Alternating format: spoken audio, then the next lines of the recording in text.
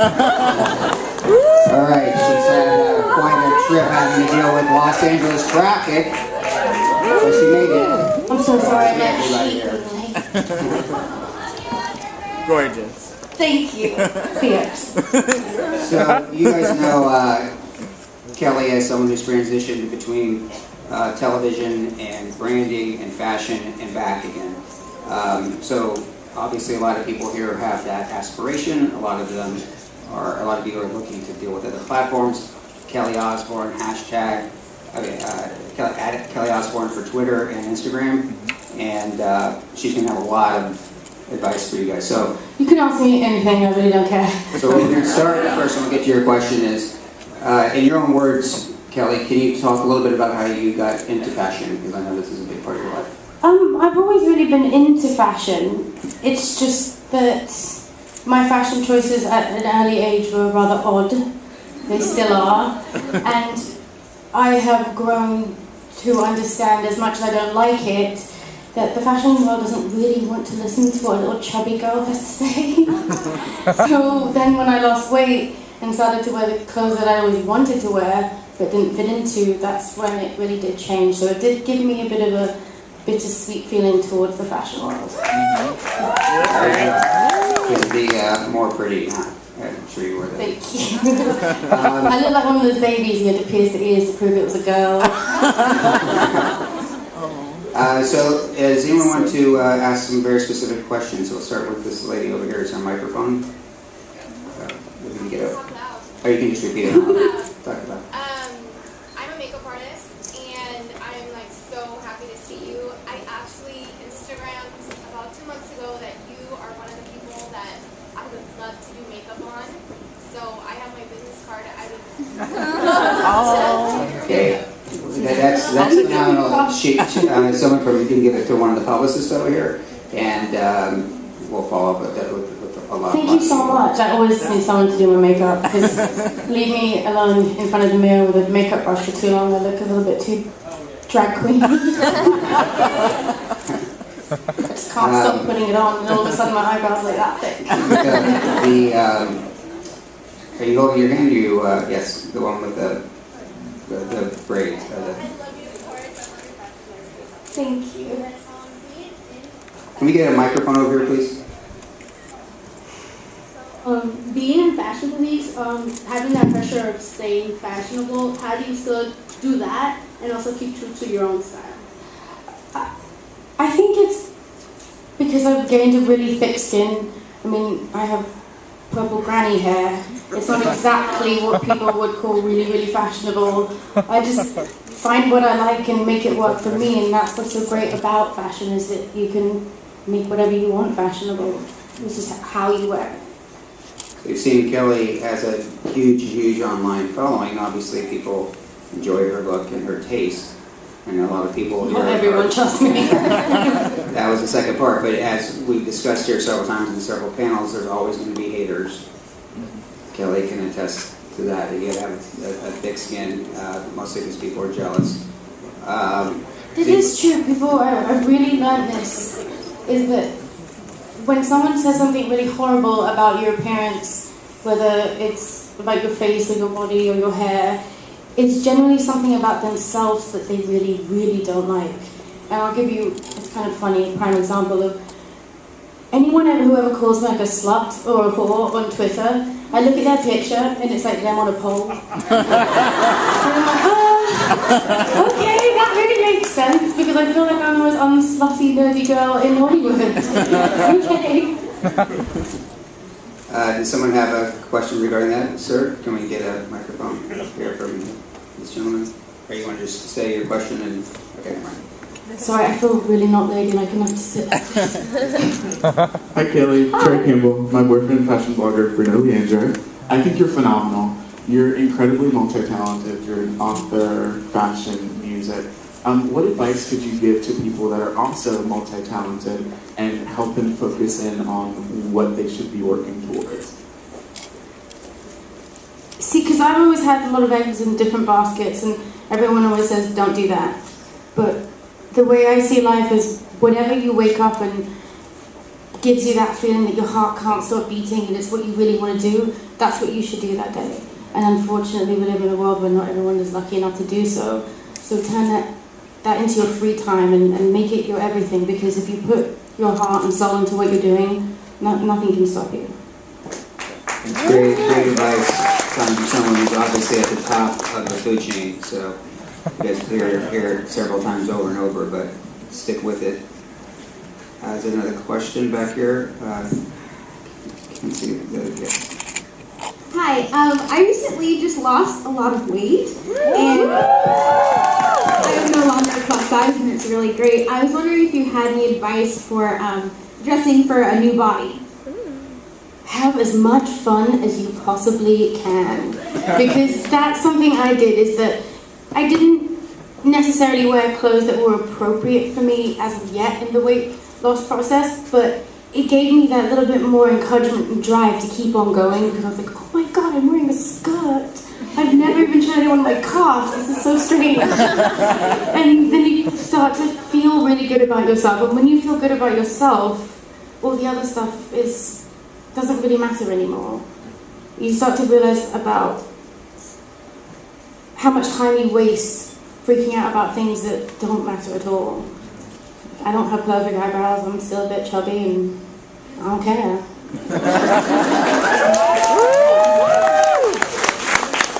Kelly, can you talk a bit about your future and what you see you're working on in the fashion space?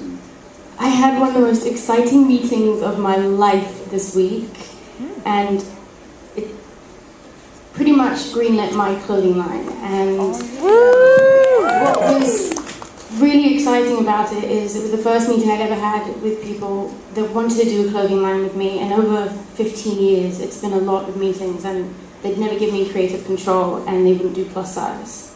And when I sat down in this meeting and they said, yes, you have creative control, and of course you can do plus size, I was like, hallelujah, it's happening.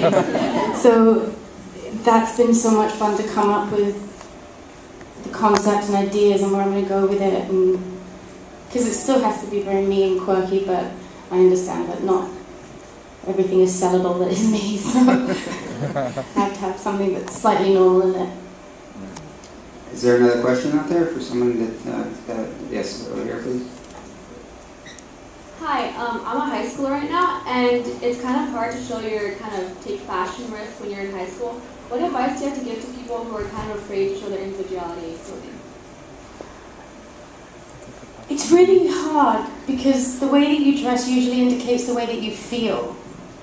And it's finding that courage within yourself to say, okay, not everyone's going to like what I'm wearing, or that I've shaved the side of my head, or that I've dyed my hair this color, or that I'm wearing leopard or sweatpants.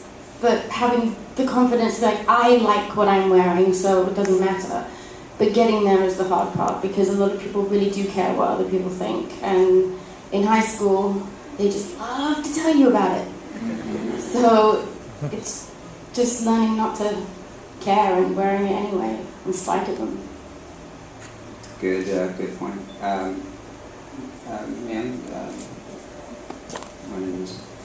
we'll get to you in the back. Hi, I'm a huge fan. I started watching you when you were on the reality show with your family, and I feel like your image has changed a lot since then, and you've really been able to rebrand yourself as this awesome fashionista. So I was just wondering, how hard was that, and what advice do you have for somebody who is really trying to brand themselves as a specific thing? No one can change who you really are. No one can. So if you're being true to yourself and you're portraying yourself as the real you, no one can knock that. It was really hard for me because I did burn a lot of bridges. I was not a very well-behaved adolescent. And I hurt a lot of people because I was hurting. And that was a really big lesson I learned in life, was that just because people were mean about me doesn't mean that I have to be mean too. And I was really unhappy because I didn't like myself. And one day I realized that that's me and it's not going to change. So I might as well work with what I have rather than what I don't have. So I started to look at myself differently in the mirror. It's like the most mentally healthy I've ever been in my life.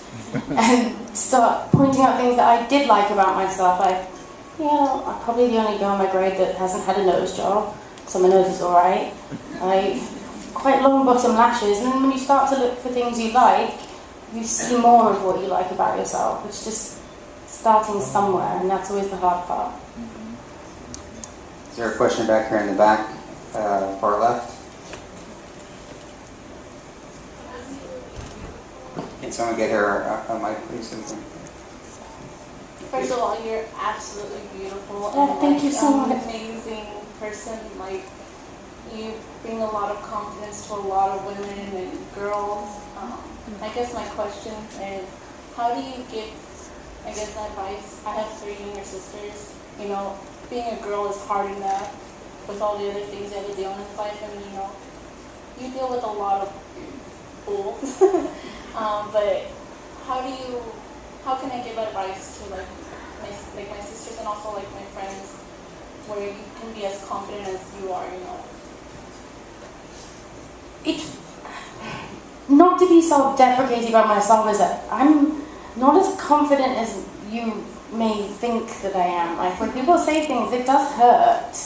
It doesn't, I'm not immune to that. It's just, I've learnt the truth and what's real and what's not, and I've really learned to understand why people are mean to each other. And the best advice I could give you is teach your sister to be girls, and be the kind of girl that when a pretty girl walks in the room, she says, wow, isn't that girl pretty, instead of calling her a slut. Because there are too many girls in this world that hate on each other for no reason. Because there's always going to be someone prettier than you, there's always going to be someone smarter than you, there's always going to be someone younger than you. That's life. Thank you so much. Appreciate it. Thank you. I know you've got an extra extended arm there, so. Sorry I haven't really turned around this much. Can we get that microphone? I think you want to see all this. There, please. And again, it's at Kelly Osbourne. If you guys want to tweet out some of her nuggets of wisdom, great stuff. Nuggets of wisdom. Okay, I want to say that my boyfriend's really obsessed with you. I'm kind of jealous. Anywho, I know that you're really extremely close to your mom, as well as I am. I want to know how she influenced you to be who you are right now. My mom made me a fighter. She really did. She taught me to, as cliche as this sounds, just never give up on myself, and not using her language, but F what everyone said, because I can't change who I am, and she is the one that really taught me to believe in myself, because she's one of the only people in this world that never did give up on me, even though I wish she would, because she would drive me nuts. But, you know, I'm very much like my mother. Hell hath no fury like an Osbourne scorn. I can attest to that. Is there, actually there's just one point that I wanted to bring up that I know is constantly being talked about.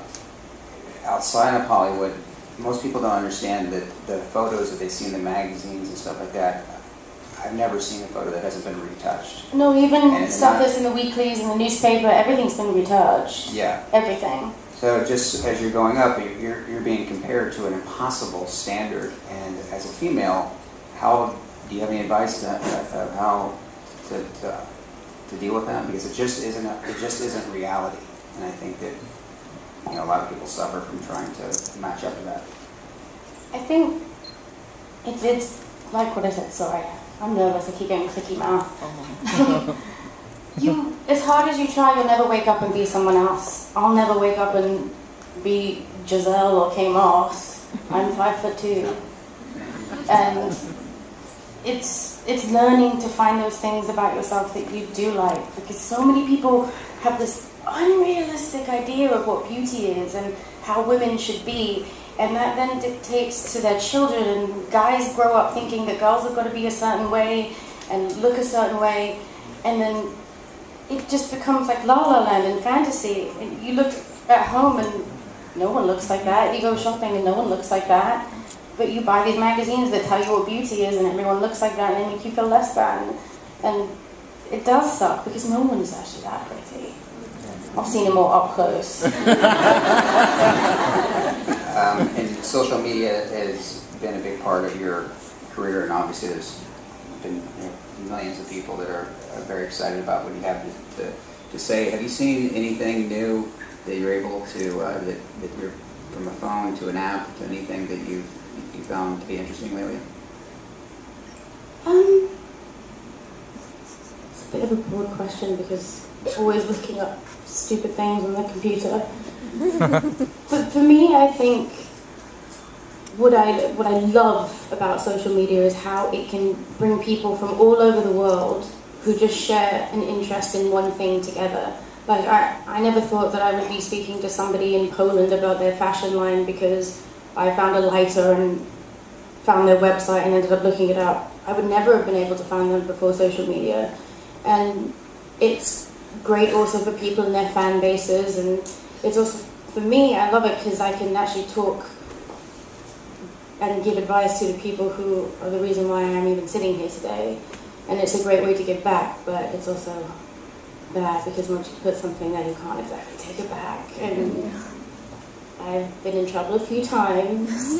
But what I've also realized is that the people who are mean on social media are really, really young. And I'm talking like 12 years old, and that's the saddest part because there's no one actually monitoring what they're doing and what they're saying, and it's heartbreaking. Not to go all dark. There's a lot of questions out there. Okay, well, back here on the left back, please. Yes. Hi, Kelly. Hi. My name is Sarah Lee, like the bakery. My middle name's Lee, so. Well, then we have something in common.